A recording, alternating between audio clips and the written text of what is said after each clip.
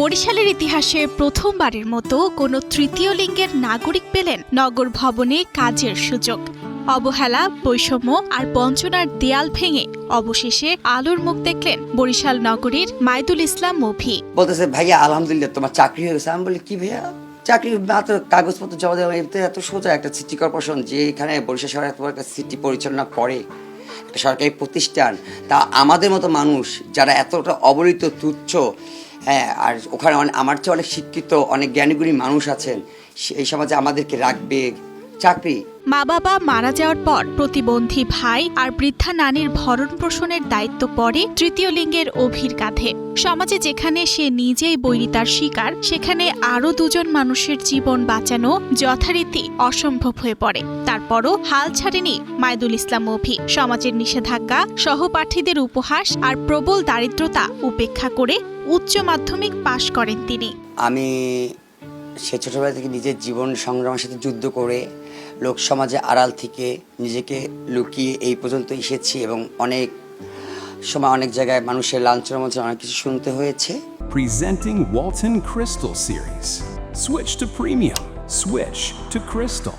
ঘটনাটি ঘটে এক রাতে 2:30টার দিকে। অন্য তৃতীয় লিঙ্গের সঙ্গীদের নিয়ে বিয়ে বাড়িতে নেচে বাসায় ফিরছিলেন অভি। পথে দেখা হয় নগর প্রশাসক বিলকিস আক্তার জাহান শিরিনের সাথে। উনি আমাকে দেখে ডাক দিয়ে বলতেছে যে তুমি কি করো, তোমার বাসা কোথায়, নাম কি?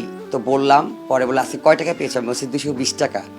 যে 220 টাকা তোমার সংসার চলে, সংসার কি কি আছে? বললাম যে আমার সংসার, আমার একটা প্রতিবন্ধী ভাই আছে আর নানু আছে অনেক বিদ্যা, আর আমি 80টা তরকারি কিনে নিয়ে আসছিলাম। তারপর বলছে 80টা তো তরকারি কিনলে 220 টাকা দিতে, তাহলে কয় টাকা আছে? সবশেষ সেই মাহেন্দ্র খন এলো গত মঙ্গলবার বিকেলে। বিসিসির প্রশাসক অ্যাডভোকেট বিলকিস আক্তার জাহান শিরিন আনুষ্ঠানিকভাবে অভির হাতে তুলে দেন নিয়োগপত্র।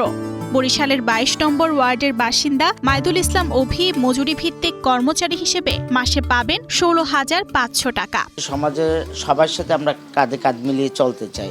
আমরাও তো মানুষ, আমরা 5টা সমাজের মানুষ যেভাবে চাকরি করতে পারে, যেভাবে একটা ব্যবসা করতে পারে, যেভাবে একটা দোকান দিতে পারে, ওরকম আমাদের ওই ক্ষমতা আছে। অভিভাবকের জন্য আমাদের অনেক গর্ব। তাদের ভিতরে এরকম কোনো যোগ্যতা সম্পন্ন প্রার্থী পাওয়া যায়, আমরা তাদেরকে আরও নিব আর কি। এটা শুধু এটা যে একটাই নিয়ে গেলো শেষ তা না, এটা হলো সূচনা মাত্র। ভবিষ্যতে যদি তাদের ভিতরে এরকম শিক্ষিত জনগোষ্ঠী পাওয়া যায়, তাদেরকে আমরা আমাদের যে তার যোগ্যতা অনুযায়ী যে পদে তাকে খাটানো যায় সেই পদে আমরা তাদেরকে নিয়ে আসবো। শুধু অভিনয়, কর্মদক্ষ যে কোনো লিঙ্গের মানুষকেই সমান গুরুত্ব দিয়ে কর্মসংস্থানের সুযোগ দিতে চায় নগর কর্তৃপক্ষ।